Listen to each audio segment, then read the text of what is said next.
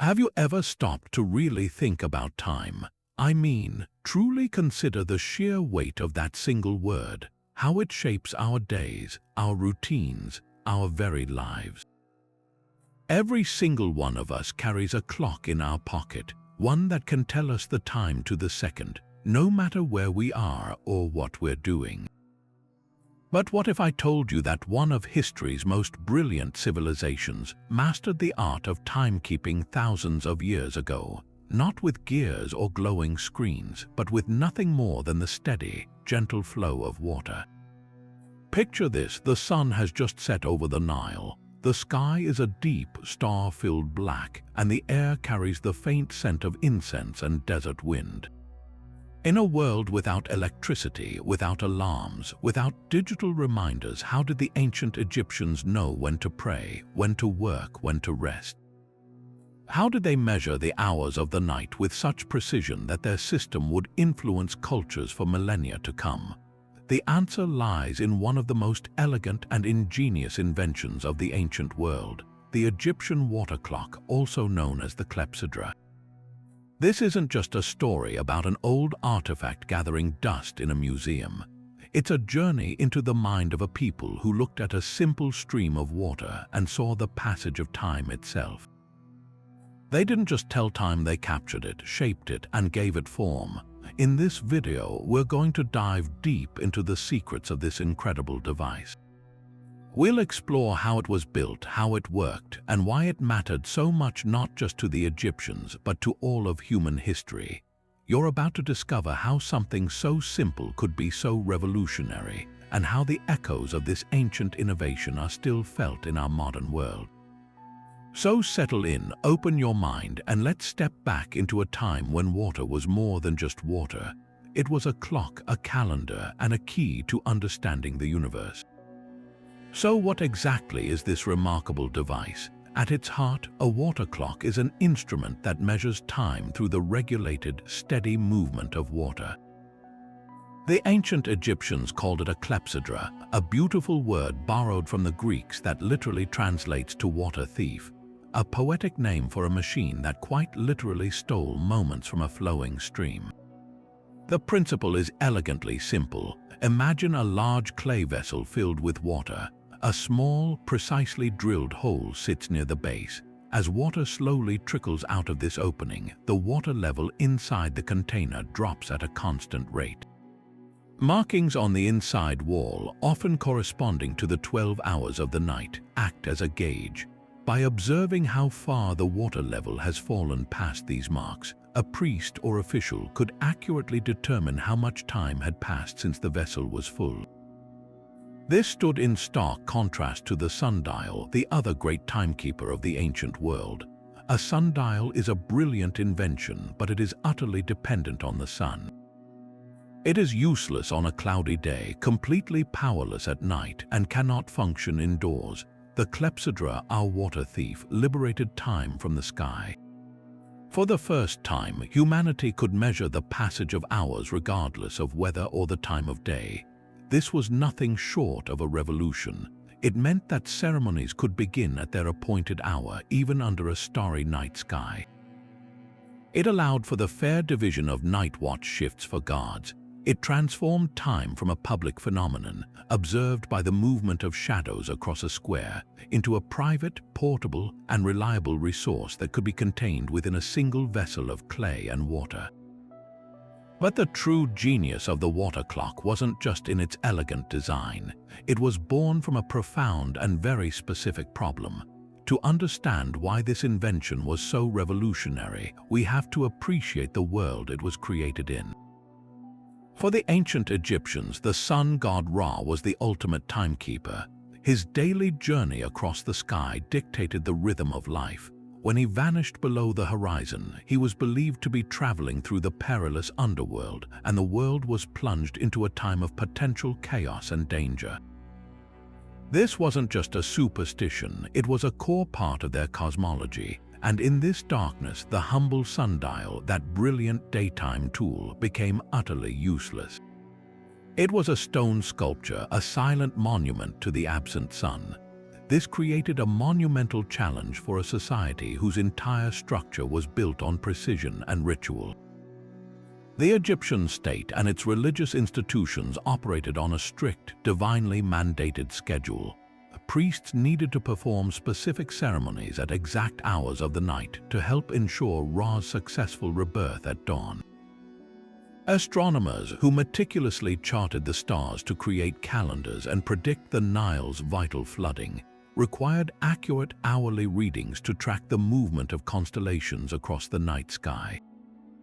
Even the practical workings of the state were affected. How could night watchmen know when their shift was over? How could a vizier ensure that a courier had departed at the correct hour for a dawn arrival? The cover of night threatened to unravel the very fabric of their ordered world. This pressing need, this absolute necessity to quantify the darkness, is what made the water clock so much more than a convenience. It was a vital tool for maintaining cosmic order, known as mat. It brought the reassurance of structure to the most unpredictable part of the day. Where the sundial measured the sun's shadow, the clepsydra measured something far more constant and reliable, the unchangeable force of gravity. It was a triumph of human ingenuity over environmental limitation. They couldn't make the sun shine at night, but they could build a machine that impersonated its unerring progress, using the most abundant and life-giving resource they had, the water of the Nile itself. This invention didn't just tell time, it brought light, in a sense, to the deepest dark. So where do we find the physical proof for this incredible invention? To uncover the origins of the Egyptian water clock, we must turn to the sands of Karnak and the reign of a pharaoh who understood the power of innovation, Amenhotep III. Ruling in the 14th century BCE during the brilliant 18th dynasty, his was an era of unprecedented prosperity and architectural ambition. It was under his command that some of Egypt's most magnificent monuments rose, and it is within the hallowed grounds of the temple complex he enriched at Karnak that we find our oldest, most definitive evidence. This isn't a guess or a theory based on later Greek writings. This is a tangible artifact, a relic that places the water clock squarely in the world of ancient Egypt. The object itself is a fragment, a broken piece of a larger alabaster vessel, but its historical value is immense. Discovered in the early 20th century, this bowl-shaped fragment is inscribed with hieroglyphs that are more than just decoration. They are a direct message across millennia. The cartouche of Amenhotep III is clearly visible, a royal stamp that dates this object to his reign with certainty, but the inscriptions go further. They include the names of the 12 months of the Egyptian civil calendar, and most importantly, a series of 12 vertical columns, each corresponding to a month. Within these columns are 11 smaller, carefully drilled holes. This is the smoking gun. These are not cracks or damage, they are precision-made apertures, each one calculated for a specific purpose. Why 11 holes for 12 months? This is where the true ingenuity of the Egyptian mind reveals itself. The design accounts for the changing length of night throughout the year. In the summer, the nights are shorter, in the winter they are longer. A single, fixed hole would have caused the clock to run too fast in the winter and too slow in the summer, rendering it useless for accurate timekeeping. The solution was breathtakingly clever. The 11 holes were calibrated to account for this variation. A priest would simply plug all but the correct hole for the current month. The water would then drain out at a rate that corresponded to the length of that specific night's hour, ensuring that each of the 12 nighttime hours was perfectly equal, regardless of the season. This wasn't just a timer, it was an astronomical computer in clay and water. The placement of this object is also profoundly significant. It wasn't found in a common workshop or a private home. It was excavated from the precinct of the Temple of Karnak, the religious heart of Egypt and the cult center of the god Amun-Ra. This tells us the water clock was first and foremost a sacred instrument. Its primary user was the priesthood, the intellectual elite tasked with maintaining the cosmic order. They needed to perform rituals at exact moments during the night to assist the sun god Ra in his perilous journey through the underworld. A ceremony performed an hour too early or too late could, in their belief, have cosmic consequences. This clock provided the certainty they needed. It transformed timekeeping from an observation of nature into a controlled, ritual act, a perfect marriage of practical engineering and deep spiritual necessity. The Karnak fragment is therefore much more than an ancient clock. It is a window into the moment when technology became a direct servant to faith, ensuring the very sun would rise again. Now let's get our hands wet, so to speak, and look at the brilliant mechanics of the most common type of Egyptian water clock, the outflow design. Think of it not as a complex machine, but as a beautifully simple and elegant solution. At its core, it was a container typically carved from stone like alabaster or meticulously formed from waterproof pottery. This vessel wasn't just any jar. It was carefully crafted to have a specific, consistent shape, often a slightly inverted cone or a hemisphere. This precise form was crucial, as a straight-sided cylinder would have caused the water level to drop at an uneven rate, making the time readings inaccurate. The ancient engineers were already accounting for principles of hydrodynamics that we would formally understand millennia later. Near the very bottom of this vessel, a single, small hole was drilled with incredible precision. This opening wasn't rough or jagged. It was smoothed and calibrated to allow water to escape at a slow, steady, and most importantly, consistent trickle. This is the heartbeat of the entire device. Now picture the inside wall of this container. Etched or painted along its interior surface was a series of markings, usually 12 of them, each representing 1 hour of the night. But here's the truly clever part. These marks were not evenly spaced, because the water drains faster when the vessel is full and slower as it empties due to decreasing water pressure. The marks had to be closer together near the top and progressively farther apart as they went down. The Egyptians had mathematically calculated this curve to ensure that the time between each mark was exactly equal. So, how did you use it? The process was straightforward yet ritualistic. At sunset, a priest or timekeeper would fill the vessel to the very brim, completely submerging the topmost mark. Then they would unplug the hole and the wait began. As the water silently streamed out, the level inside would begin its slow, relentless descent. To read the time, one would simply peer over the edge of the vessel and observe how far the water surface had fallen in relation to the etched lines. If the water was halfway between the third and fourth mark, you knew that 3.5 hours had passed since nightfall. It was a direct visual measurement of elapsed time. A fantastic modern analogy for this is an hourglass, but instead of fine sand, it uses the flow of water. Or think of it like a giant Stone Age version of one of those novelty coffee mugs that slowly reveals a picture as you drink from it. With every sip, or in this case, with every drop that escaped, a new piece of the puzzle, a new increment of time was revealed. This simple yet profound interaction between a constant natural force, gravity, and human ingenuity transformed an ordinary container into a reliable clock. It gave the ancient Egyptians the power to hold time in their hands, to watch it literally drip away in a measurable, predictable stream, bringing order and certainty to the mysterious hours of the night. While the outflow design was a masterpiece of ancient engineering, it wasn't the only way to steal time from a flowing stream. Egyptian innovators also explored a slightly different, yet equally brilliant, approach known as the inflow water clock. The principle here is essentially the reverse. Instead of watching water drain out of a marked container, an inflow clock involves a steady, regulated drip of water into an empty one.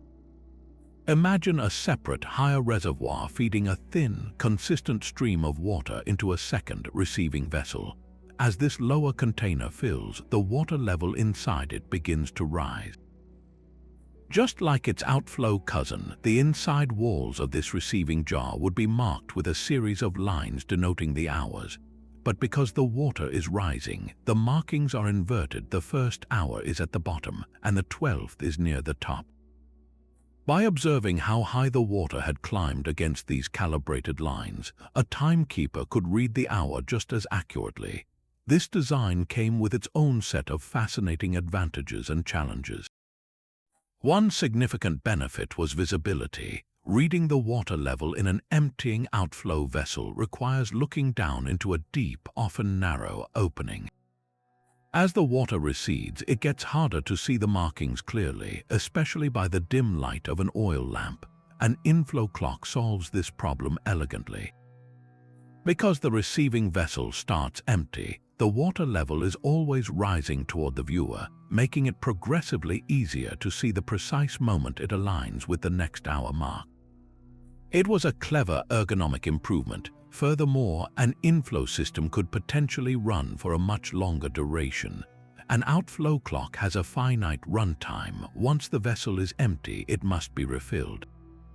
A well-designed inflow system with a large enough reservoir could theoretically run for an entire day or more without needing intervention. So why did the outflow design become the standard in ancient Egypt, as evidenced by the artifact from Karnak? The reasons are deeply practical and rooted in their specific needs. The outflow clock is fundamentally a simpler system. It consists of a single vessel. An inflow clock requires at least two, a stable reservoir and a separate receiving container, along with a means to ensure a perfectly steady flow between them. This added complexity made it more cumbersome to construct, transport, and maintain. For the priests at Karnak who needed a reliable, sacred instrument for nightly rituals, the elegant simplicity and proven reliability of the single-vessel outflow design were likely preferable. Its operation was also more straightforward: fill, release, and read. There were no additional reservoirs to manage or calibrate. The very existence of these two distinct designs speaks volumes about the ingenuity of Egyptian engineers. It shows a culture not content with a single solution, but one that was actively experimenting, prototyping, and refining. They weren't just building a tool, they were exploring the physics of hydrodynamics itself. They understood that the rate of flow was affected by water pressure, which is why they crafted their vessels with specific curved shapes to compensate. They grappled with the challenge of seasonal changes in night length and devised a modular system of holes to account for it. The comparison between the outflow and inflow models is a clear indication of a scientific mindset. They were testing variables, weighing trade-offs between complexity and convenience, and optimizing for their particular environment. This wasn't mere trial and error. It was the application of keen observation and mathematical thinking to solve a fundamental human problem, demonstrating a level of technological creativity that would not be out of place in a modern engineering lab. This is where we move from admiring the clock's simple beauty to truly appreciating the profound intellect behind it. Creating an accurate water clock was not a matter of simply scratching a few lines inside a pot. It was an exercise in advanced mathematics and precise astronomical observation. The irregular spacing of the hour markers is the most telling clue. To the untrained eye, they might look haphazard, but each one's position is the result of a complex calculation, a physical manifestation of the ancient Egyptians' understanding of their universe.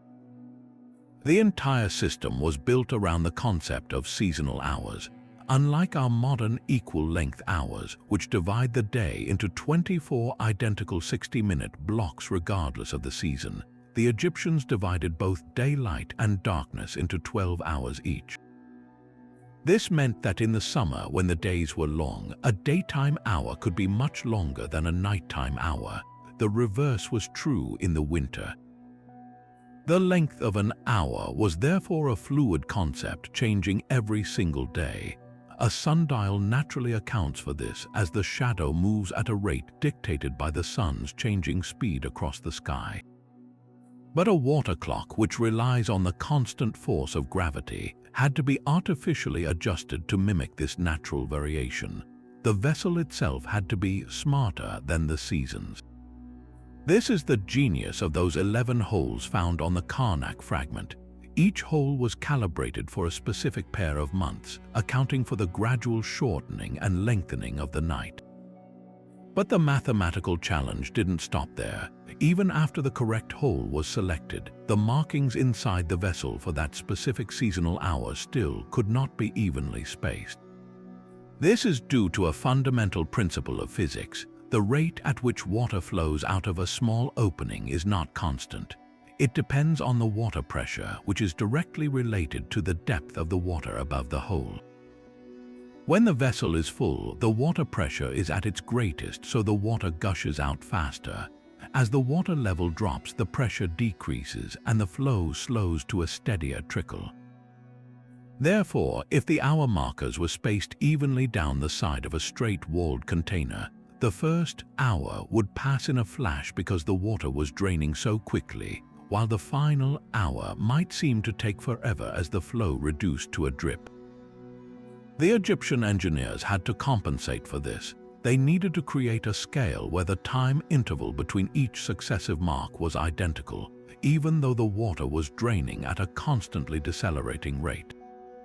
The solution was a precisely calculated curve. The marks for the first hours, when the flow was fastest, had to be placed much closer together. As the water level dropped and the flow slowed, the distance between each subsequent hour mark had to be progressively wider. Achieving this required a deep, practical understanding of geometry and volume. The shape of the vessel was critical. A conical or bowl-shaped design was often used because its changing diameter naturally helped moderate the flow rate more predictably than a straight-sided cylinder. The artisans who crafted these clocks were effectively graphing a mathematical function onto the interior surface of a stone jar. They translated an abstract understanding of time and physics into a tangible, working instrument. This wasn't just craftsmanship, it was applied science of the highest order, all dedicated to the sacred goal of measuring the night and ensuring the sun's safe return. Now, let's shift our focus from the brilliant theory to the remarkable craftsmanship that brought these ideas to life.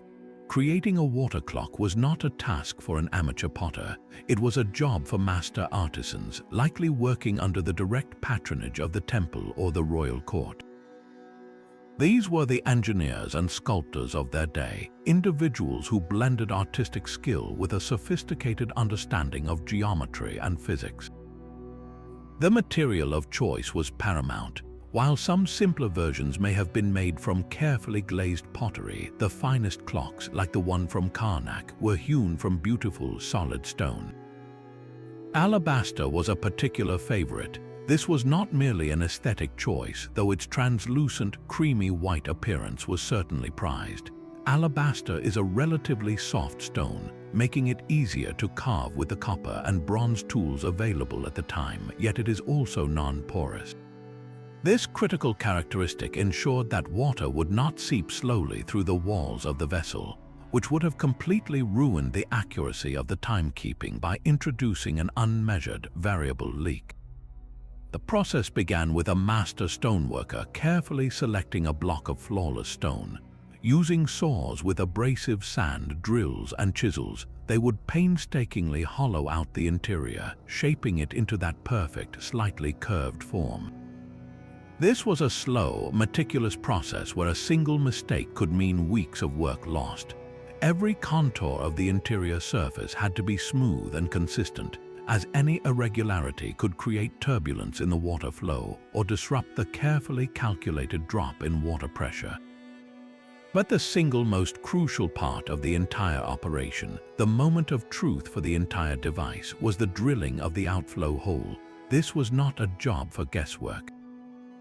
The size of this opening determined everything. A hole too large would cause the water to gush out, emptying the vessel in mere minutes. A hole too small might cause the flow to be so slow it could be affected by surface tension or even clogged by the tiniest bit of silt. The artisan responsible for this step had to possess incredible patience and a steady hand. Using a bow-driven drill with a hard stone or copper tip, they would begin boring this tiny aperture near the base of the vessel. They would have likely worked in stages, drilling a fraction, testing the flow with water, and then carefully drilling a fraction more, inching toward the perfect diameter. The goal was a hole so precise that it produced a steady, unbroken thread of water, a consistent trickle that would serve as the unwavering heartbeat of the clock. This precise calibration was likely achieved through a process of rigorous trial and error, passed down as a guarded secret of the craft from master to apprentice. Once the vessel itself was perfectly formed and drilled, another specialist would have taken over, the scribe or draftsman. This individual was responsible for the most visible part of the process, inscribing the hour markers. But this was not simple decoration. Using measuring cords, calibrated rods, and templates based on complex mathematical tables, they would have meticulously mapped out the 12 unequal intervals along the interior wall. Each mark had to be placed with absolute precision according to the vessel's specific shape and the calibration of its hole. Often, these markings were accompanied by beautiful hieroglyphic inscriptions, the names of the months, stars, or deities associated with the night hours, transforming a scientific instrument into a sacred object. The final product was therefore a masterpiece of collaboration. The stoneworker's form, the engineer's hole, and the scribe's measure, all uniting to create a device that could quite literally hold time in its grasp. To truly grasp the significance of the water clock, we must meet the people who held its power in their hands, the priests of ancient Egypt. These were not merely religious figures, they were the scholars, the scientists, and the administrators of the state, the guardians of a cosmic balance known as Mat. For them, time was not a commodity to be managed, but a sacred rhythm to be harmonized with. Their entire existence was dedicated to ensuring the sun god, Ra, successfully navigated the perils of the underworld each night so he could rise again at dawn, bringing light and order back to the world. Failure was not an option, for it meant the potential unraveling of creation itself. This immense responsibility required absolute precision, and the humble water vessel was their most trusted ally in this divine mission. The nightly rituals were not a single event but a series of carefully choreographed ceremonies, each one corresponding to a specific hour of the sun god's journey. A prayer or offering made in the 5th hour held a different power and purpose than one made in the 8th. Performing a rite too early or too late was considered not just a mistake, but a dangerous act of disorder that could jeopardize the entire cycle of rebirth. Before the Clepsydra, determining these nocturnal hours was a matter of guesswork, relying on the unreliable movement of star constellations or the weary intuition of a sleep-deprived watchman. The water clock changed everything. It provided an unwavering mechanical certainty in the mystical darkness of the temple sanctuary.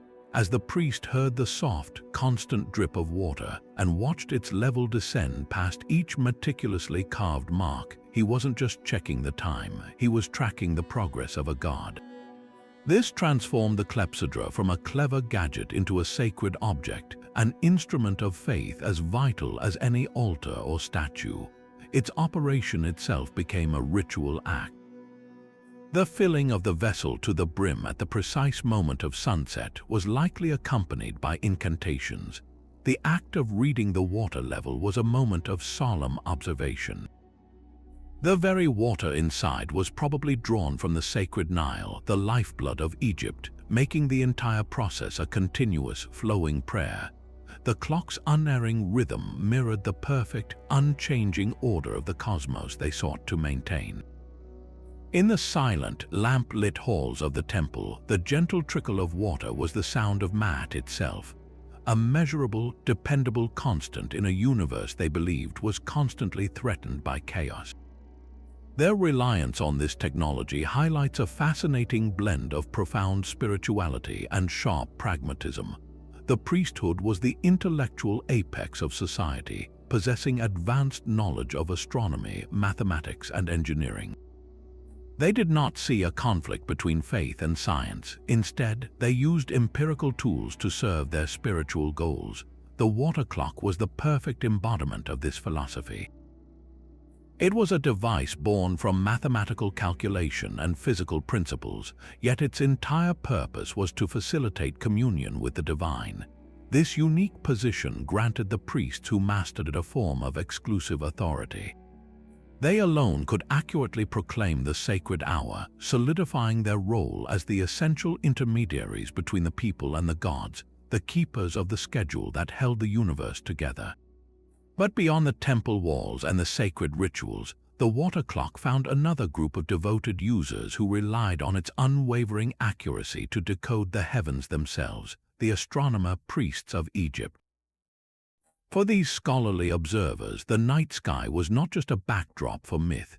It was a vast, complex clockwork of stars and planets, a celestial document waiting to be read. Their task was immense: to track the precise movement of constellations, to predict the annual flooding of the Nile, and to refine their calendars with extraordinary precision.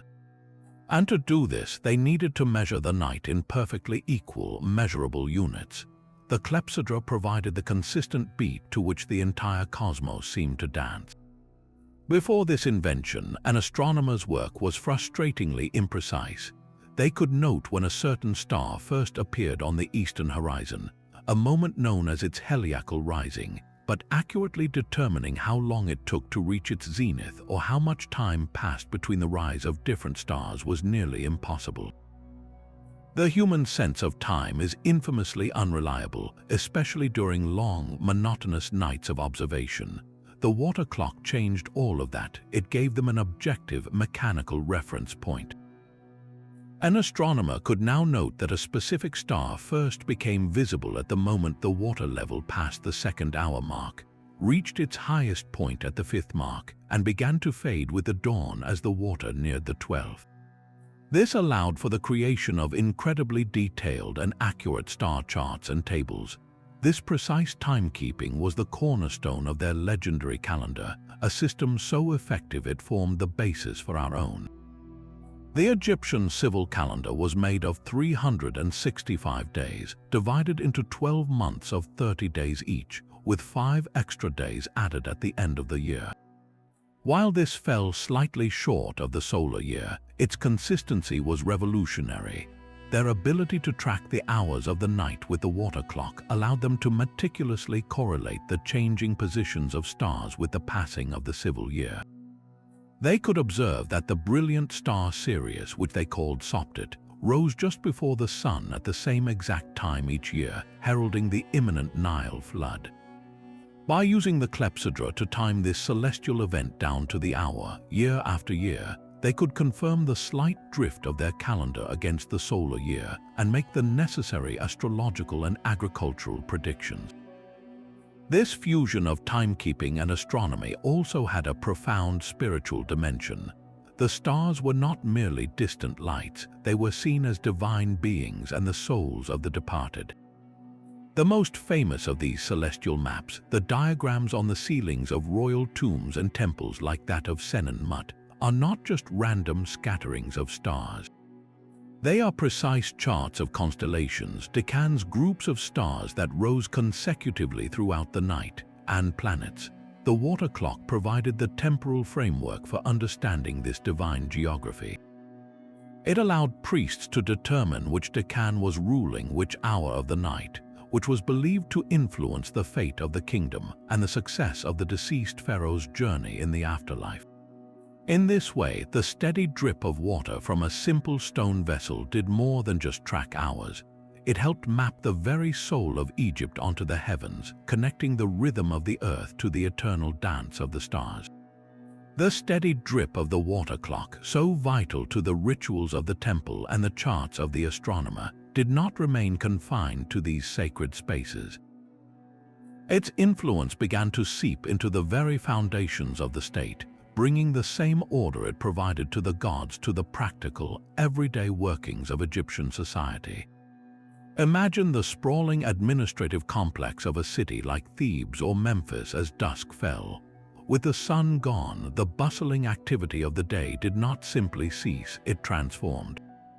A different kind of life took over the streets and government buildings, one that required its own strict schedule. enforced not by the sun but by the Clepsydra.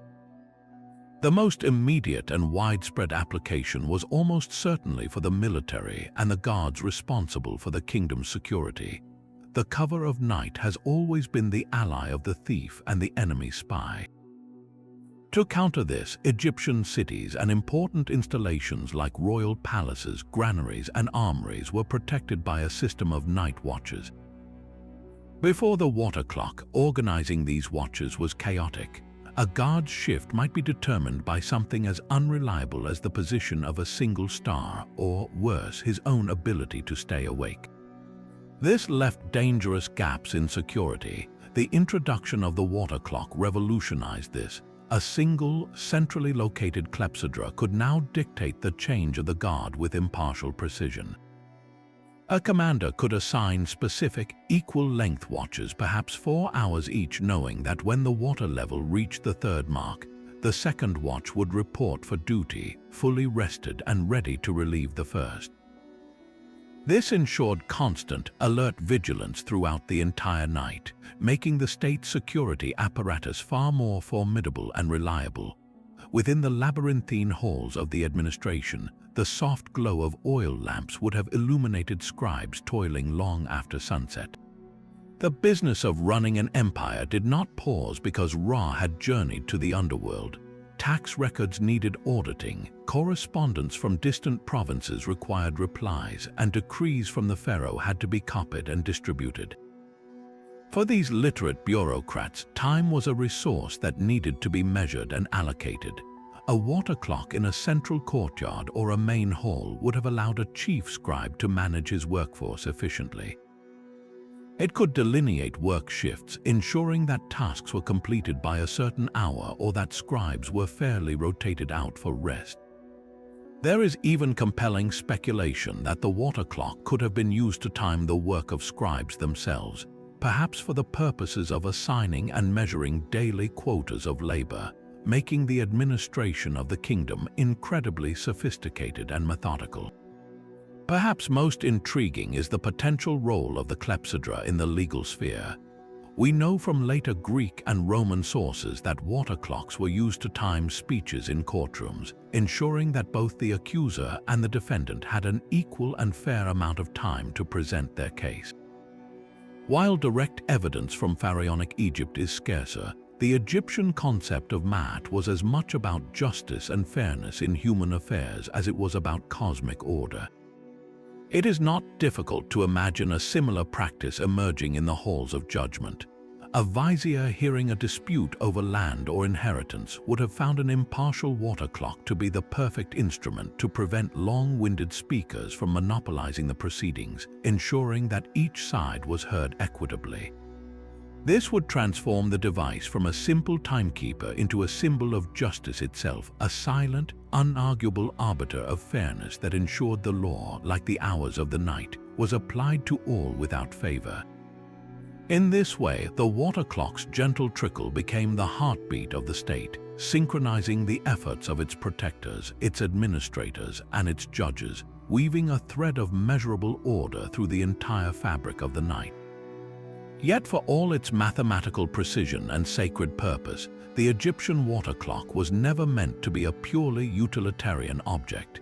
In a civilization where art and spirituality were woven into the very fabric of daily life, even the most functional device was an opportunity for profound beauty and symbolic expression. These were not crude timekeeping buckets. They were considered worthy of the finest craftsmanship, often transforming them into breathtaking works of art that whispered stories of the cosmos with every drop that fell. The functionality of measuring the hours was inseparably married to a deeper, decorative narrative that celebrated the gods and the universe itself.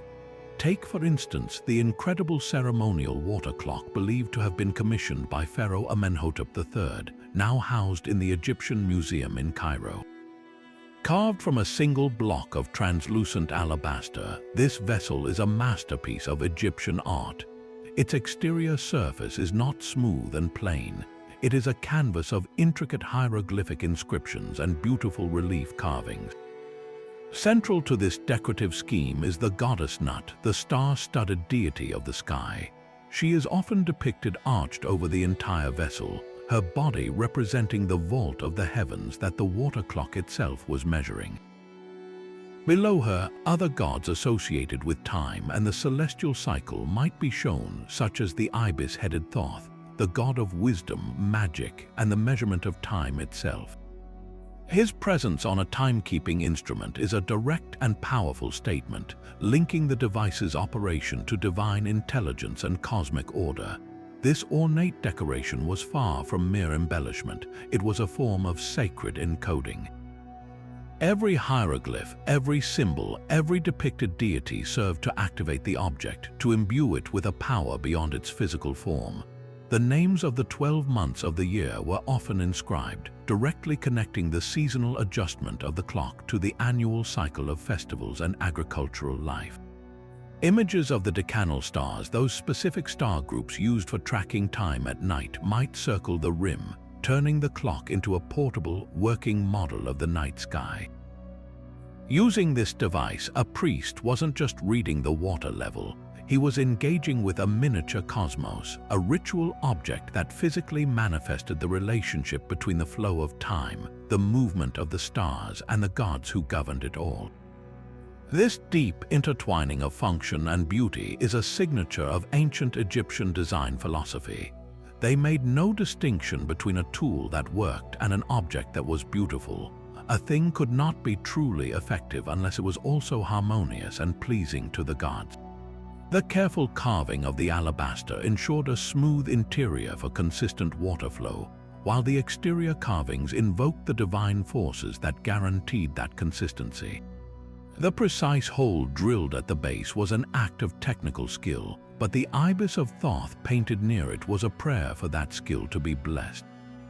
In this way, the water clock becomes a perfect symbol of the Egyptian worldview, a civilization that saw the universe as an orderly, beautiful, and interconnected whole, where science served faith and artistry elevated engineering into a form of worship. Despite its brilliant design, the Egyptian water clock was not a perfect instrument.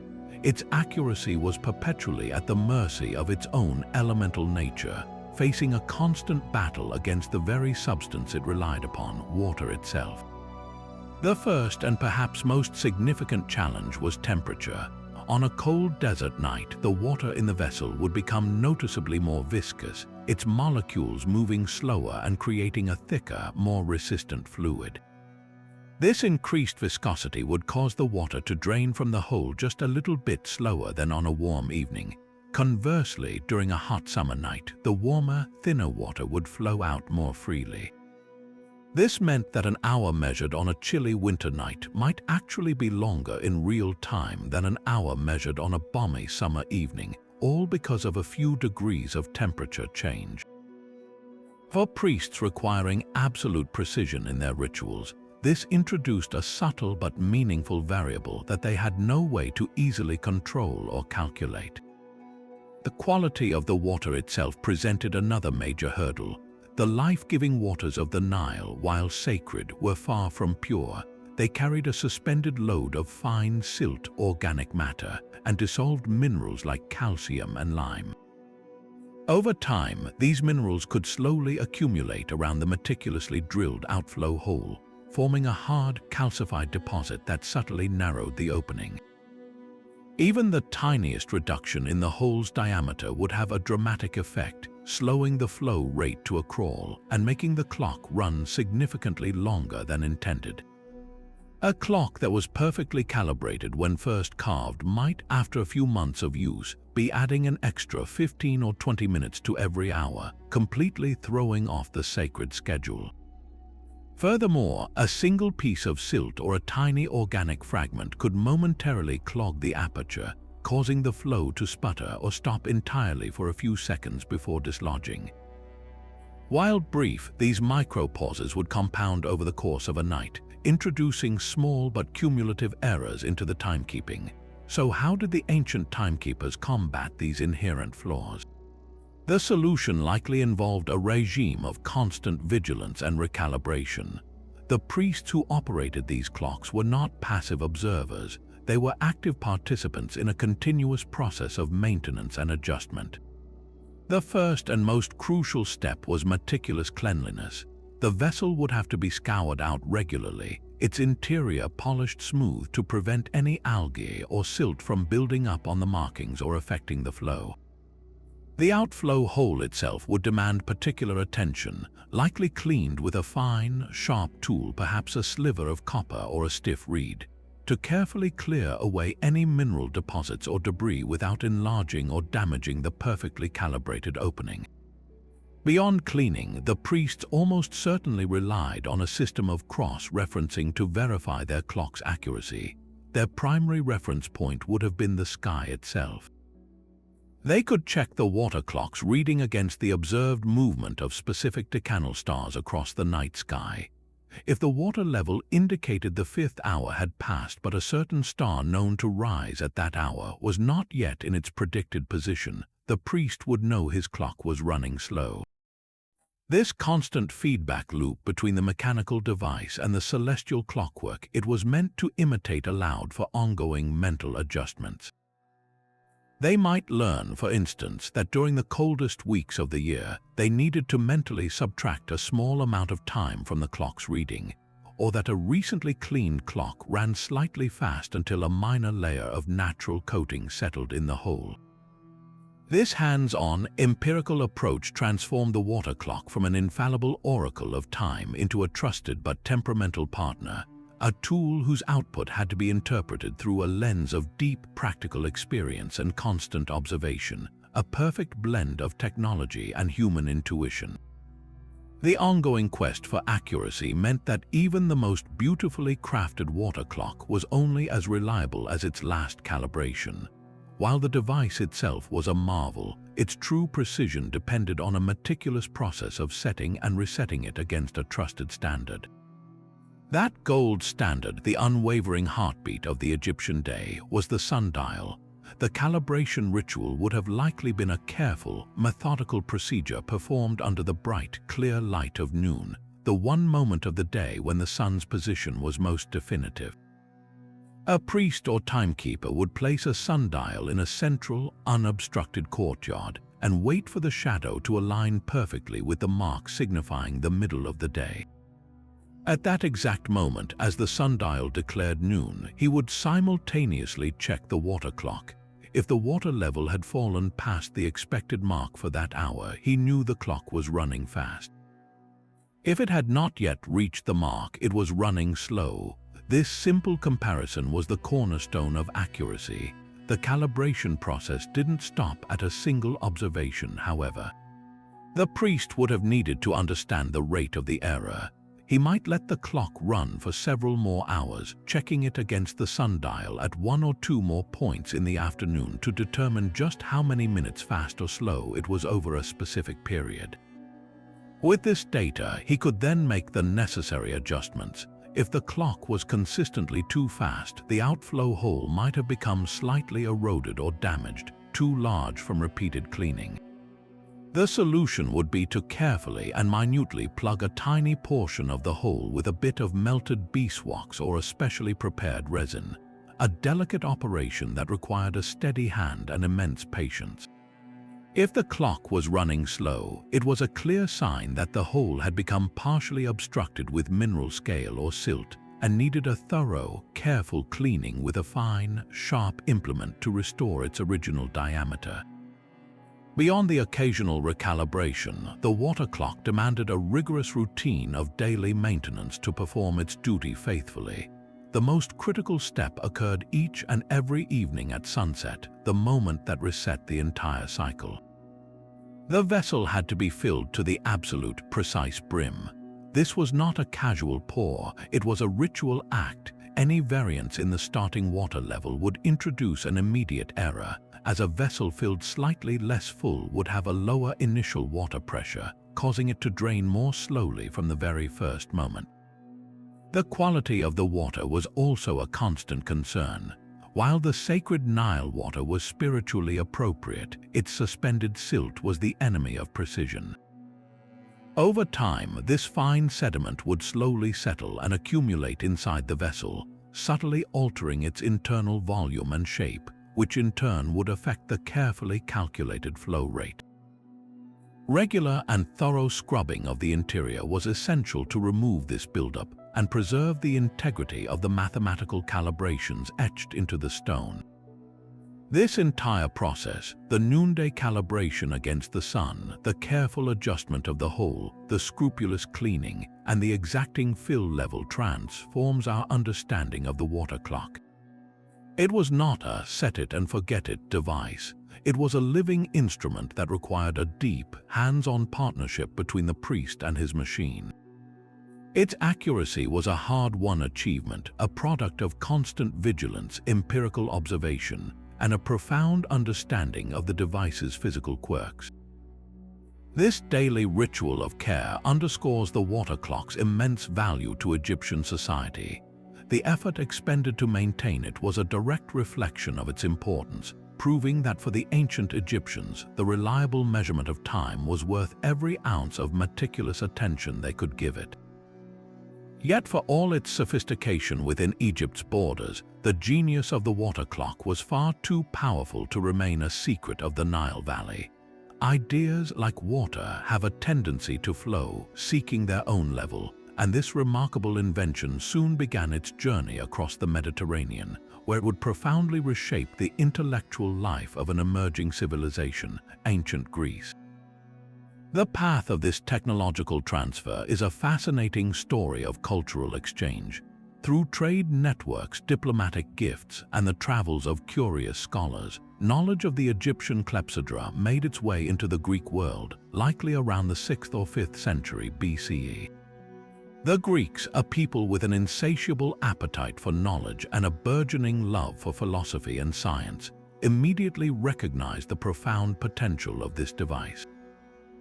They adopted the Egyptian name almost wholesale, calling it the Clepsydra, or water thief, a direct translation that paid homage to its origins. The impact of this imported technology was immediate and profound, finding a central place in the very heart of Athenian democracy.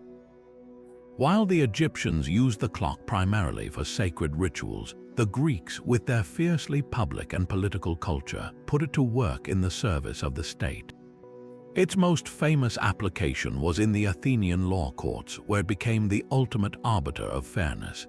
In a system where every citizen was expected to represent themselves, the Clepsydra ensured that both the accuser and the defendant were allotted an equal and measured amount of time to present their case. The size of the water clock used would even vary depending on the severity of the case. A more significant dispute might warrant a larger vessel, granting more time for the speeches. A court official would start the flow of water when a speaker began and stop it during interruptions for the examination of evidence or the reading of law. This transformed the water clock from a simple timekeeper into a powerful symbol of impartial justice, a mechanical embodiment of the Greek ideal of isonomia, or equality before the law.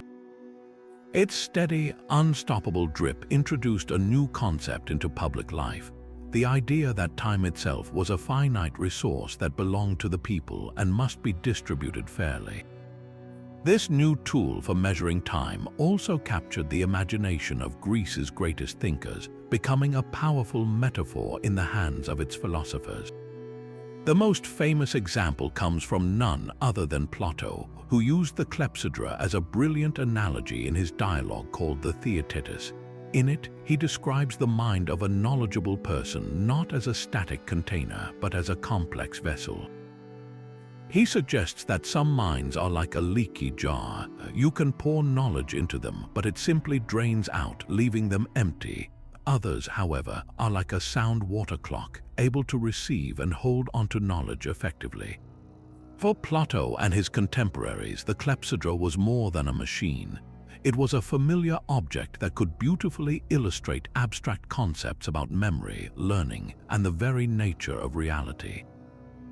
Its constant, flowing motion made it a perfect symbol for the passage of time itself, a subject that fascinated Greek philosophers who were beginning to grapple with questions of change and permanence.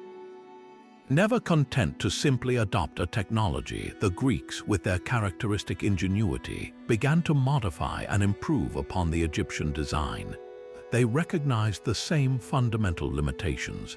the varying flow rate due to changing water pressure, but sought a more elegant engineering solution than the system of multiple holes. Their innovation was a move toward greater complexity and automation. Greek engineers began developing inflow-type water clocks, where water from a constant head tank would drip into a receiving vessel. To solve the problem of the slowing flow, they focused on maintaining a constant pressure in the supply tank.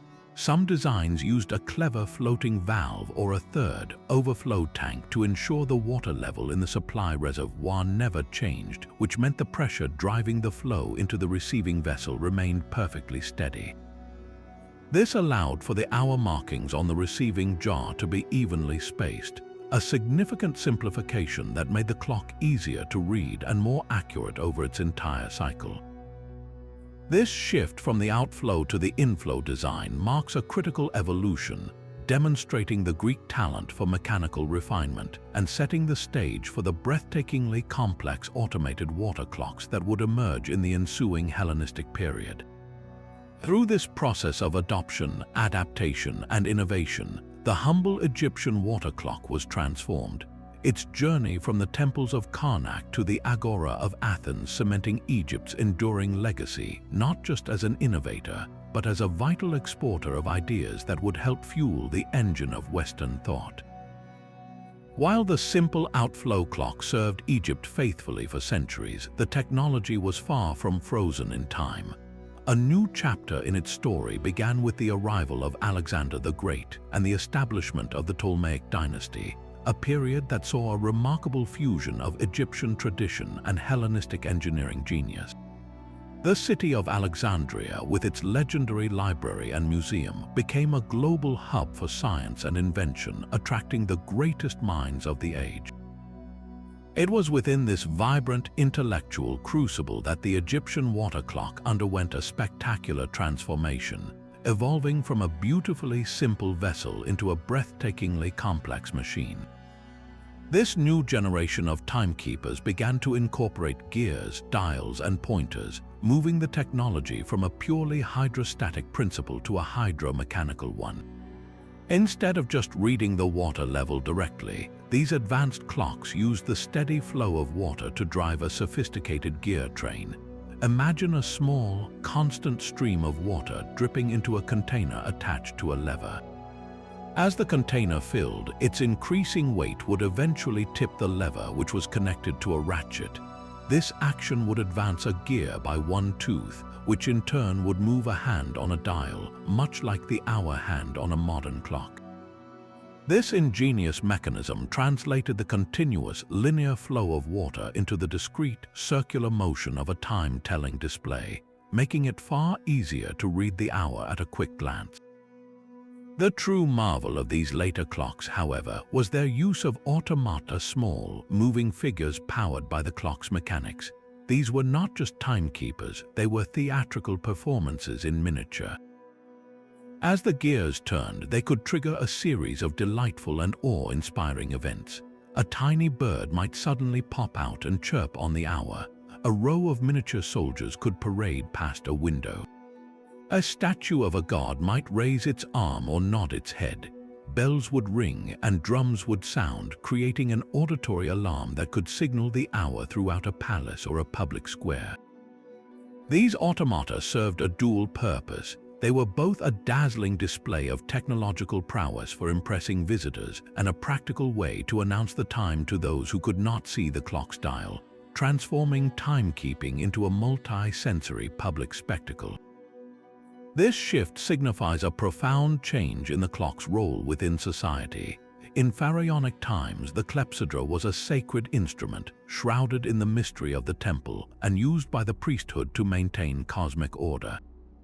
Under the Ptolemies and later the Romans, it became a symbol of secular power, wealth, and intellectual achievement. These magnificent machines were status symbols for the elite, displayed in the villas of wealthy merchants and the courts of rulers to demonstrate their owners' sophistication and connection to the cutting edge of science. Public water clocks in city centers served to regulate civic life, synchronizing the activities of a growing urban population in a way that was both functional and magnificent. The water clock had evolved from a tool for communicating with the gods into a medium for celebrating human ingenuity itself, proving that Egyptian innovation was a living, evolving force that continued to shape the ancient world long after the age of the pyramids had passed. To fully appreciate the water clock's place in ancient Egypt, we must see it not just as a machine but as a profound cultural symbol. Its rhythmic drip was a physical echo of a far grander concept embedded deep within their mythology, the belief in a perfectly ordered cyclical universe. This ideal of order, known as Maat, was the fundamental principle of existence. It was the balance between chaos and order, the reason the sun rose each morning, the Nile flooded each year, and the stars moved in their predictable paths. The water clock, in its unwavering, measurable consistency, was a tiny, human-made engine of Maat. It brought the same divine order that governed the cosmos down into the temple sanctuary, proving that humanity could actively participate in maintaining the balance of the universe. This connection between measured time and cosmic order is beautifully illustrated in their creation myths.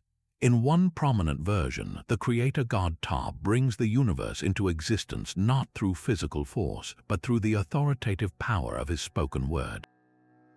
He names things the sky, the earth, the gods, and in doing so, he defines them and sets their eternal patterns. This act of divine speech is the ultimate establishment of order from chaos, and it inherently creates the framework for time itself. The cyclical patterns of day and night, the seasons, and the years are all set in motion by this initial creative act. The water clock, therefore, becomes a later, mechanical reflection of that primordial moment. Its carefully marked hours are a human attempt to name and define the passage of time, to impose a recognizable order onto the endless, flowing river of moments, just as Ptah did at the dawn of creation. This symbolic weight is powerfully visualized in the art that adorned the tombs of pharaohs and nobles in the Valley of the Kings. While we don't find literal paintings of water clocks, we find their conceptual twins, elaborate cosmological charts and star clocks. The ceiling of the tomb of Senenmut, the powerful advisor to Queen Hatshepsut, is one of the most spectacular examples. It is a massive, detailed map of the heavens, divided into sections for the northern and southern constellations. Most importantly, it features 36 Deccan star groups that would rise consecutively on the horizon throughout the Egyptian year, each marking a new week of 10 days. Priests would use these charts in conjunction with their water clocks to determine the hour and to perform the correct rituals for that specific segment of the night. The tomb painting is the eternal, static map. The water clock is the portable, working model. Together, they show a civilization obsessed with mapping time itself onto the cosmos, ensuring the deceased soul could navigate this divine timetable on its journey to the afterlife. Literature and wisdom texts further cement this relationship between measured time and a well-ordered life. The teachings of viziers like Ptahhotep offer advice on how to live a life in accordance with Maat, and a key component of that is the proper use of time. They counsel against laziness and procrastination, emphasizing the importance of acting at the right moment. A phrase like, "Do not delay in the performance of your daily tasks," takes on a new meaning in a society that had invented a device to parcel out the night into precise units. The water clock provided the means to actually live by this advice with a precision never before possible. It transformed a philosophical virtue, punctuality and diligence, into a measurable, achievable practice. For the Egyptian scribe or official, managing one's time effectively wasn't just a productivity hack. It was a moral imperative, a way of aligning one's own life with the harmonious and punctual rhythm of the gods themselves. Ultimately, the greatest symbol of the water clock's significance is found in the deities associated with it. The god most intimately connected with time, measurement, and divine order was Thoth, the ibis-headed god of wisdom, writing, and magic. He was known as the counter of the stars and the measurer of the earth, the divine secretary who recorded the passage of time and maintained the universe's balance. In some myths, he is even credited with creating the calendar by winning 5 extra days of light from the moon god to complete the solar year. Thoth was the patron deity of all scribes, scientists, and timekeepers. To use a water clock was to engage in an act of Thoth. The meticulous calculations behind its markings, the careful observation of the water's flow, the recording of the hours, all of this fell under his divine purview. The clock was, in a very real sense, a sacred text written in water and mathematics, a physical prayer to the god of knowledge, asking for the wisdom to understand and measure the great mystery of time itself. The story of how the modern world came to understand the Egyptian water clock is a fascinating tale of rediscovery, one that spans centuries and involves a cast of dedicated Egyptologists, historians of science, and even a bit of lucky happenstance. For a long time after the fall of ancient Egypt, knowledge of the Clepsydra lived on only through second-hand accounts in Greek and Roman texts. Scholars in Renaissance Europe, fascinated by these classical descriptions, attempted to reconstruct water clocks, but they were working from ancient words, not ancient artifacts. The actual, physical evidence of Egypt's ingenious timekeeping technology lay buried and forgotten, its true sophistication completely unknown. The critical turning point arrived in the early 1900s with the excavations at Karnak, one of the most significant religious sites in all of Egypt. It was here, within the sprawling temple complex dedicated to the god Amun-Ra, that archaeologists made a discovery that would change everything. In 1904, a team led by French archaeologist Georges Legrain was meticulously clearing the area known as the Cachette Courtyard, a site that would later yield thousands of buried statues. Among the countless finds was a seemingly unassuming fragment of an alabaster vessel. To an untrained eye, it might have been dismissed as just another piece of a broken ritual bowl. But this fragment was different. It was inscribed with the car-touch of the great pharaoh Amenhotep III, firmly dating it to the 14th century BCE. More importantly, it was covered in detailed hieroglyphic inscriptions listing the months of the Egyptian year and, most intriguingly, featured a series of small, carefully drilled holes. This was the key. This Karnak fragment, now housed in the Egyptian Museum in Cairo, was instantly recognized as something far more significant than simple pottery. The systematic arrangement of the holes corresponding to the months provided the first tangible proof of the seasonal adjustment system that Greek historians had only alluded to in their writings. It was the smoking gun that confirmed the ancient Egyptians weren't just using simple water timers. They were using mathematically advanced instruments capable of compensating for the changing length of night throughout the year. This single artifact moved the water clock from the realm of legend into the realm of documented history, but finding the evidence was only the first step. The next and perhaps more difficult challenge was understanding exactly how it worked. This is where the work of historians of science became paramount. In the 1930s, a German scholar named Alexander Pogo took up the task. He conducted a meticulous study of the Karnak fragment, meticulously measuring every inscription, every hole, every possible dimension. He then combined this physical analysis with his deep knowledge of ancient Egyptian astronomy and mathematics. Pogo's seminal work, published in 1936, was a breakthrough. He was able to reverse engineer the probable shape and size of the complete vessel, and crucially, he mathematically demonstrated how the 11 holes were used in pairs to account for the 12 months of the night length variation. His research provided the first comprehensive, scientifically grounded model of how an Egyptian outflow water clock actually functioned, transforming a curious museum piece into a blueprint for a lost technology. The quest for understanding didn't stop with Pogo. Throughout the 20th century, other scholars built upon his foundation. Some focused on the practicalities, constructing working physical replicas based on the dimensions inferred from the fragment. By filling these replicas with water and observing the flow rate, they tested Pogo's theories in real time, confirming the remarkable accuracy the Egyptians were able to achieve. Others delved deeper into the textual and artistic record, scouring tomb paintings and reliefs for any additional clues that might depict these devices in use.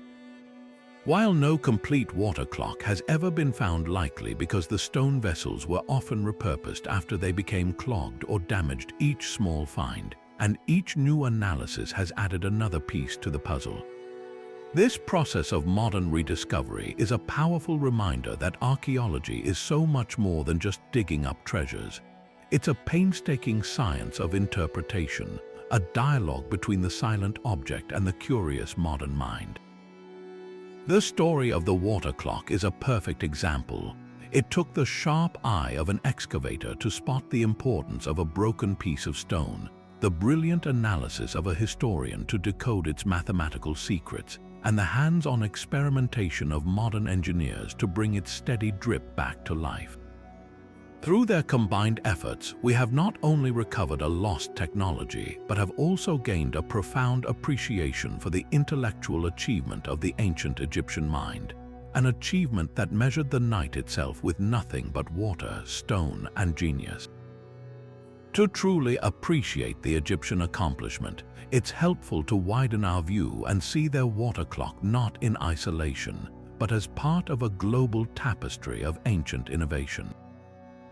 Around the same era that Egyptian priests were calibrating their alabaster vessels, other great civilizations were also grappling with the same fundamental problem: how to measure the one resource that constantly slips away.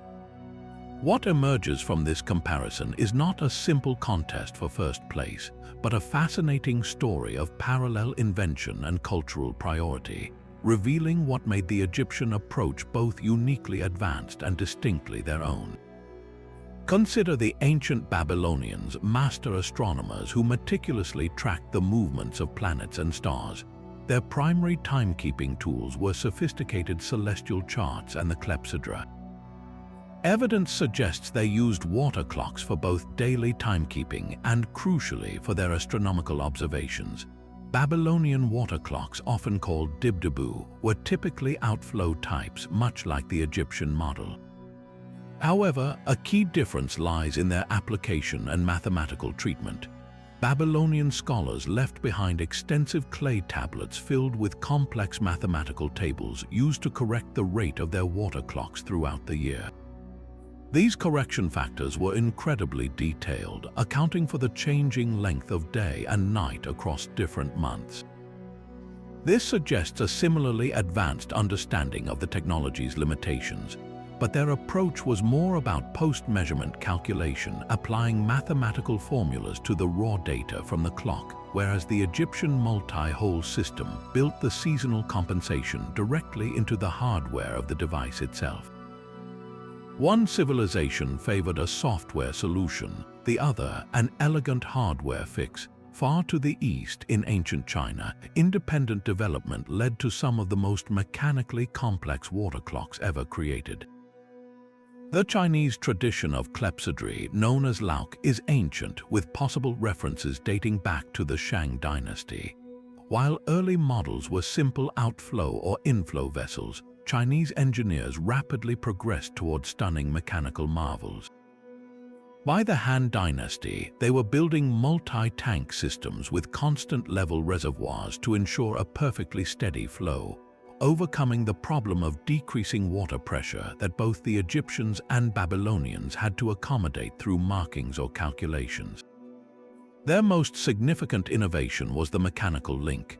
They used the steady flow of water to power elaborate gear trains that drove armillary spheres for tracking stars, rang bells, and even animated small figurines that would appear to mark the hours. This represents a different philosophical path. The Egyptians refined the water clock to its peak as a precision scientific and ritual instrument. The Chinese, while also using them for astronomy, pushed the technology toward automation and mechanical spectacle, creating machines that were as much about demonstrating engineering prowess as they were about telling time.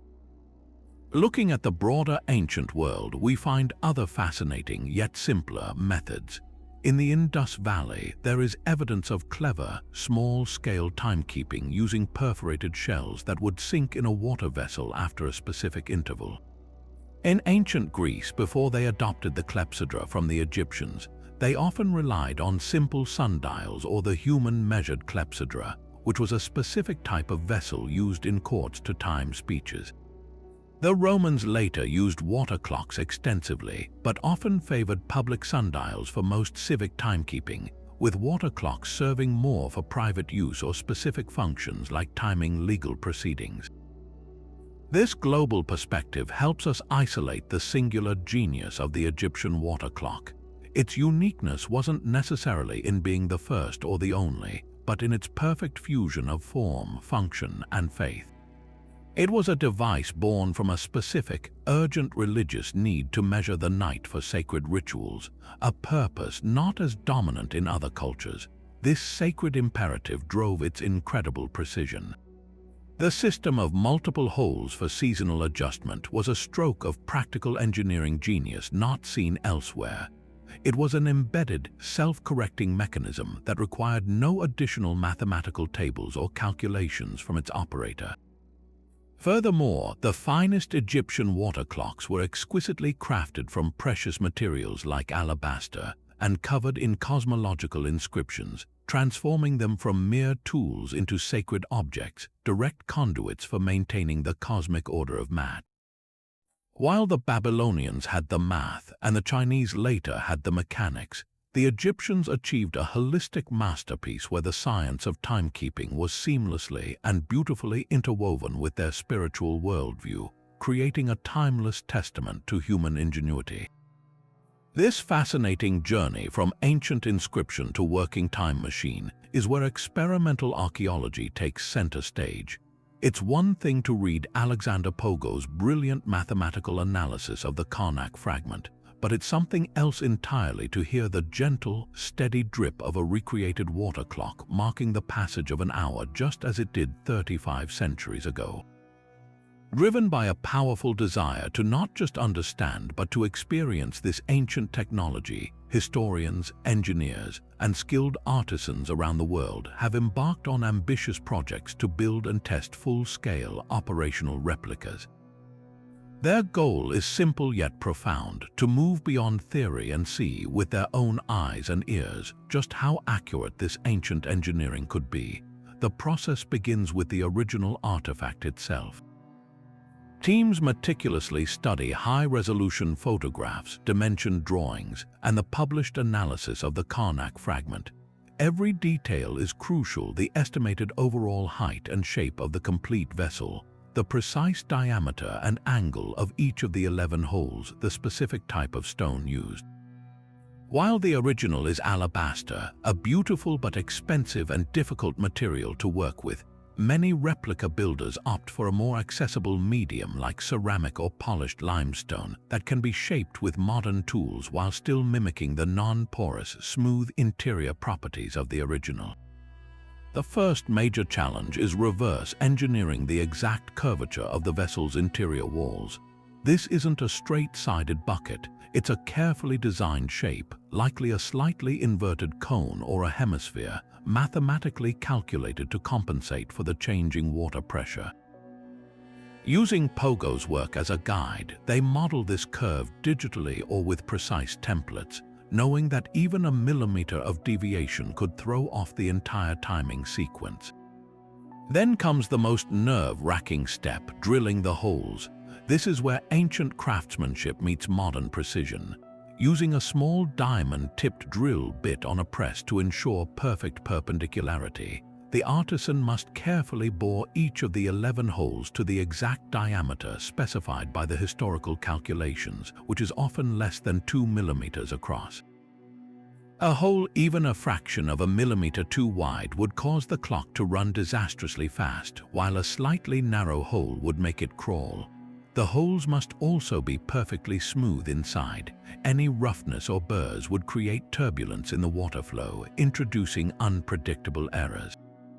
For the replica builder, this moment is a direct connection to the ancient artisan who performed the same task with a bow drill and a copper tip, relying on immense skill and patience. Once the physical replica is complete, the real science begins, the testing phase. This is rarely a quick process. It involves filling the vessel to the absolute brim with water at a controlled temperature, remembering that cold, viscous water flows slower than warm water, unplugging the correct hole for a given month, and then starting a stopwatch. The team then carefully monitors the water level, noting the exact moment it passes each of the 12 internal hour marks. They will do this over and over again across different seasons and at different ambient temperatures, compiling vast amounts of data on its performance. The results of these experiments have been nothing short of astonishing. A well-made replica calibrated for a specific seasonal hour can consistently achieve an accuracy within 5 to 10 minutes over a 12-hour period. That's a margin of error of less than 1.4%. A level of precision that would have been more than sufficient for the sacred rituals and astronomical observations it was designed to serve. These experiments also bring the ancient challenges vividly to life. The modern builders quickly discover the same practical problems the Egyptian priests faced. They see how a tiny piece of dust or a minuscule air bubble can momentarily clog the hole, causing a frustrating pause in the flow. They observe how the water level becomes increasingly difficult to read accurately as it drops deeper into the narrow vessel, especially in low light, confirming the ergonomic appeal of the inflow design. Most importantly, they gain a profound, hands-on respect for the daily maintenance ritual. They learn that the clock must be scrupulously cleaned after every use to prevent mineral buildup, and that it must be filled to exactly the same brim full level each night to ensure consistent starting pressure. This isn't a machine you can just set and forget. It demands a relationship with its keeper. Through this process of building, testing, and troubleshooting, these modern explorers do more than just validate a historical theory. They bridge the millennia, sharing in the same frustrations and triumphs as the original timekeepers, and in doing so, they bring the silent artifact roaring back to life. This remarkable journey from the sacred vessels of Karnak to the mechanical marvels of later ages reveals a truth far greater than just the evolution of a machine. The Egyptian water clock was not an isolated invention. It was the spark that ignited a relentless human pursuit of precision, its core principle of regulated flow echoing through the centuries to become the very heartbeat of modern time. Every sophisticated clock that followed, from the towering astronomical wonders of medieval Islam to the intricate pendulum clocks of Christian Huygens, owes a profound debt to that first moment an Egyptian artisan calculated the perfect curve inside a stone jar. They discovered that by controlling a constant, measurable force, whether it was water, the swing of a weight, or the vibration of a quartz crystal, humanity could capture time itself. The Clepsydra's most crucial gift to the world was the concept of the escapement, the regulatory mechanism that breaks time into equal, measurable units. In the water clock, this escapement was the combination of the precisely drilled hole and the carefully shaped vessel, working in concert to transform a continuous stream of water into a predictable, descending scale of hours. This foundational idea of controlling energy to produce a steady beat is the absolute cornerstone of all mechanical timekeeping. Medieval European clockmakers replaced the force of flowing water with the slow, constant pull of a descending weight. They then invented the first mechanical escapement, a rocking mechanism that caught and released the weight's gear train, creating the iconic tick-tock rhythm that partitioned time into perfectly uniform segments. This was the water clock's principle reborn in brass and iron, a direct philosophical descendant of the Nile's ingenuity. This lineage becomes even clearer when we look at the breathtaking water clocks of the ancient Greek and Islamic worlds, which directly adapted and expanded upon the Egyptian model. In the 3rd century BCE, the Hellenistic engineers Ctesibius and Hero of Alexandria took the basic inflow design and supercharged it, adding elaborate gear trains, dials, and even automated figures that danced and chimed the hours. Their clocks were spectacular public spectacles, but their heart remained the same, a regulated flow of water. Later, during the Golden Age of Islam, brilliant scholars like Al-Jazari constructed monumental water clocks that were masterpieces of both art and engineering. His famous elephant clock used a complex water-based mechanism hidden within an ornate elephant statue to drive a display that marked the passing hours with exquisite precision and cultural symbolism. These were not separate inventions, they were branches on a tree whose roots drank deeply from the Nile. The connection extends all the way to our own wrists and smartphones. The quest for precision that began with calibrating a hole in alabaster never ceased. The mechanical escapement evolved into the balance spring and the hairspring, allowing for portable watches. The 20th century then exchanged gears for electrons, replacing the physical oscillation of a pendulum with the incredibly stable vibrational frequency of a quartz crystal. Today, our atomic clocks, which define the international second by measuring the hyperfine transition of a cesium-133 atom, represent the ultimate expression of this ancient pursuit.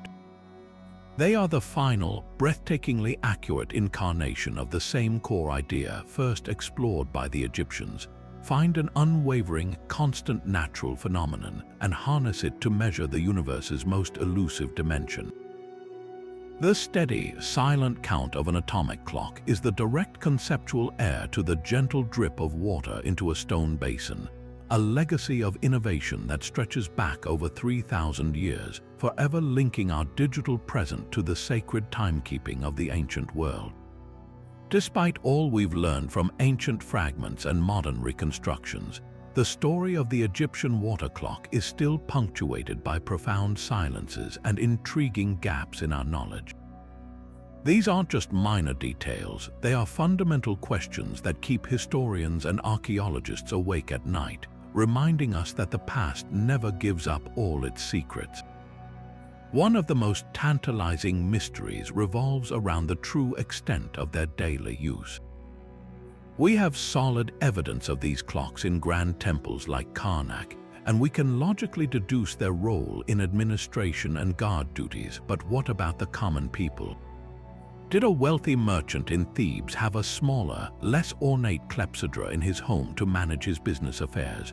Was there a version used in the bustling workshops that lined the Nile to time the shifts of artisans? The frustrating truth is that simpler, everyday objects made of wood or cheap pottery rarely survived 3,000 years in the archaeological record. The grand alabaster clocks endured precisely because they were valuable and sacred, but the potential world of common timekeeping has almost entirely vanished, leaving us to wonder just how deeply this technology had seeped into the everyday rhythm of Egyptian life. Equally puzzling is the question of their design diversity. The Karnak fragment gives us a brilliant snapshot of one highly sophisticated type of outflow clock, and we know from later Greek sources that inflow types existed. But were these the only two models? It is entirely possible that different regions or time periods developed their own unique variations. Perhaps there was a portable design for military campaigns, a clock that could be easily transported to ensure the army's marches and watches remained synchronized in foreign lands. Maybe there were specialized clocks for specific industries, like one calibrated to measure the precise time needed to fire a pottery kiln or to brew a certain type of beer. The absence of a complete, excavated clock means we are looking at a single piece of a much larger puzzle, and we can only guess at the full picture of horological innovation that may have once existed. This leads to perhaps the most frustrating gap of all, the complete absence of any surviving construction manual. The Egyptians were meticulous record keepers, and the mathematical precision of the water clock marks it as a product of a highly learned scholarly tradition. So where are the papyrus scrolls filled with geometric diagrams, hole diameter specifications, and calibration tables? The knowledge of how to build and maintain these devices must have been written down and carefully guarded by the priesthood, passed from master to apprentice. The fact that not a single scrap of such a text has been found is a historical tragedy. It suggests that this sacred, technical knowledge was so valuable that it was kept on a very limited number of scrolls, likely stored within temple libraries that were ultimately lost to fire, decay, or plunder. Without that primary source, we are left to reverse engineer their genius, trying to decipher their minds through the silent language of stone and mathematics. These unanswered questions are not weaknesses in the historical record. They are instead a thrilling invitation. They remind us that history is not a closed book but a living, breathing field of discovery. Every time an archaeologist's trowel turns over soil in Egypt, there is a chance it could uncover a new fragment, a forgotten inscription, or even that elusive complete clock that would rewrite our understanding. The mysteries surrounding the Egyptian water clock ensure that its story is still being written, and that the quiet drip of water in a stone vessel still has secrets left to tell. Now, to truly appreciate the elegant simplicity of this ancient invention, let's bring the principle to life with a project you can try at home. The core idea is so straightforward that with just a few common household items, you can build your own miniature water clock and see the physics in action. For this, you'll need a clear plastic bottle. A 2-liter soda bottle is perfect, some water, a sharp pin or thumbtack, a permanent marker, a stopwatch or your phone's timer, and a willing assistant to help with the timing. Start by removing the label from the bottle so you can see clearly through the plastic. Now, take the pin and carefully poke a small hole in the side of the bottle, very close to the bottom. This is your outflow hole, and its size is critical.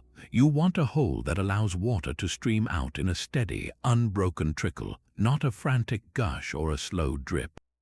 You might need to experiment with the hole size a bit to get it just right. Next, screw the cap back on the bottle tightly. This is important because it prevents air from rushing in to replace the water, which would cause an uneven, glugging flow. With the cap on, the water will drain out smoothly due to the vacuum created inside. Now, the fun part, calibration. Have your helper get the stopwatch ready. Hold the bottle over a sink or a large bowl and quickly fill it to the absolute brim with water. The moment the water is full, your helper starts the timer and you begin observing. As the water level starts to drop, you'll notice it falls quickly at first and then gradually slows down. After exactly 1 minute, have your helper call out, "Mark." And you quickly use the permanent marker to draw a line on the outside of the bottle at the exact height of the water surface inside. Continue this process, marking a new line at each subsequent minute. You'll see something amazing emerge. The space between your 1-minute marks will not be equal. The gaps will be wider apart near the top of the bottle and get progressively closer together toward the bottom, creating a curved scale that perfectly mirrors the ancient Egyptian design. You have just created a functional timer based on the same principle of variable flow rate that engineers mastered millennia ago. This simple experiment reveals the genius behind those uneven markings in the ancient clocks. It wasn't a design flaw. It was a brilliant compensation for the laws of physics, all captured in a humble plastic bottle. Let us now step through the stone archway of that temple chamber and into the lamp-lit darkness to witness this sacred technology in its most profound context. The air is thick with the scent of myrrh and beeswax, warm and still.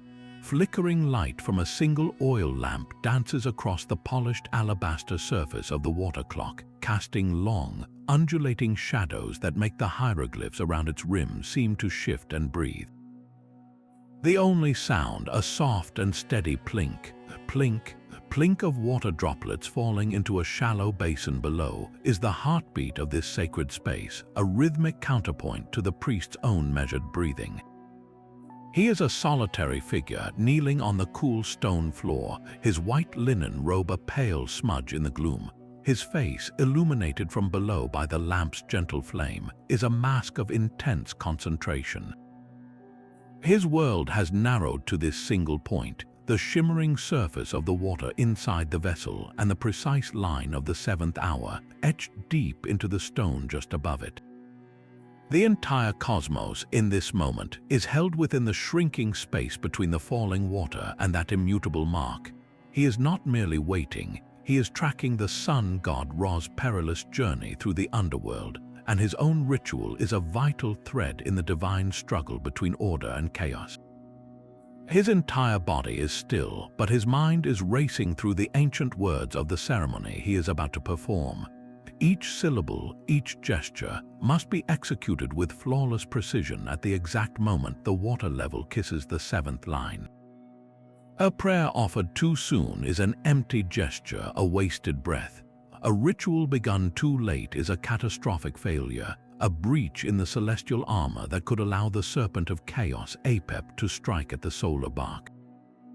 The weight of the rising sun itself feels as if it rests upon his shoulders, measured out not in stone or sand, but in the silent, relentless escape of water. Then it happens, the dark, liquid mirror of the water's surface trembles, finally touching the apex of the carved hieroglyph for the seventh hour. In one fluid motion, the priest rises. There is no hesitation, no second glance. The clock has spoken. He lifts a small blue faience bowl filled with milk honey offering and raises it towards the small shrine at the chamber's rear. His voice, when it comes, is low and resonant, beginning the ancient chant prescribed for this specific hour. The rhythmic plink of the water clock is now the drumbeat to his prayer, the mechanical pulse of Maat giving tempo to his human plea. In this perfect synchronization of man and machine, the sacred and the scientific merge into a single, powerful act of devotion, proving that even in the deepest dark, humanity could find a way to keep time with the gods.